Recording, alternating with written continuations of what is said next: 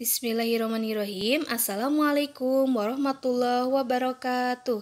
Apa kabar Ananda semua di rumah? Semoga tetap sehat ya, dan semoga tetap dalam lindungan Allah Subhanahu wa taala. Amin ya rabbal alamin. Hari ini kita akan mempelajari pelajaran ketiga materi SBDP tentang mengenal tari daerah. Di sini Ibu akan menjelaskan pengertian tari daerah, jenis-jenis tari, dan gerak tari. Mari kita pelajari bersama-sama ya. Pengertian tari daerah adalah tarian yang tumbuh dan berkembang di suatu daerah di Indonesia. Tari daerah atau tradisional biasanya dibawakan secara turun-temurun dan memiliki nilai historis yang tinggi. Indonesia terdiri atas berbagai suku bangsa. Setiap suku memiliki kesenian tari daerah. Kesenian tersebut merupakan bagian dari kebudayaan nasional. Nah, apa saja tarian yang kalian ketahui? Berikut, Ibu akan menjelaskan daftar beberapa tarian daerah yang ada di Indonesia.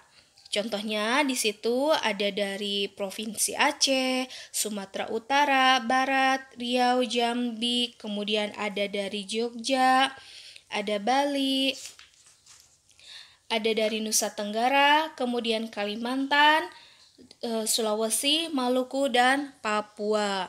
Nah, berikut adalah beberapa contoh tarian daerah yang tersebar di 34 provinsi yang ada di Indonesia.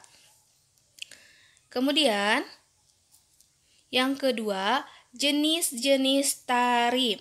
Indonesia memiliki beragam tari daerah. Tari-tari tersebut dari ujung barat sampai ujung timur Indonesia.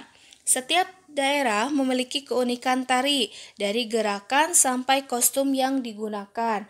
Berdasarkan bentuk penyajiannya, tari dibagi menjadi 3 jenis, yaitu tari tunggal, tari berpasangan, dan tari berkelompok. Tari tunggal adalah tari yang dapat dibawakan oleh satu orang penari saja. Tari tunggal biasanya menggambarkan watak seorang tokoh atau seekor binatang. Contohnya, tari tunggal Nusantara yaitu tari jaipong, tari golek ayun-ayun, tari Gatot Kaca Gandrung, tari Panji Semirang, dan tari Cendrawasih. Yang kedua, tari berpasangan adalah tari yang dibawakan oleh dua orang penari, baik sesama jenis atau berlawanan jenis. Gerakan pada tari berpasangan yaitu saling berinteraksi antara penari yang satu dengan penari yang lain. Contoh tari berpasangan di Nusantara yaitu ada tari serampang 12, tari cokek, dan tari golek menak. Yang ketiga, tari berkelompok. Tari berkelompok adalah tari yang dibawakan lebih dari dua orang penari. Kekompakan penari sangat berpengaruh dalam pementasan tari berkelompok.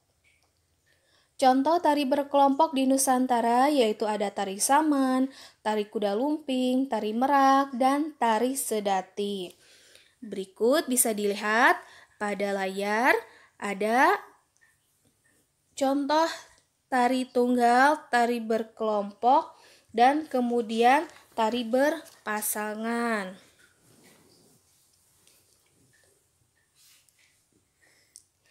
Yang ketiga, gerak tari.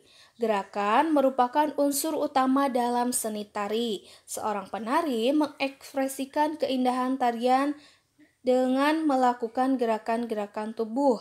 Gerak tari antara tari daerah yang satu dengan yang lain tentu berbeda.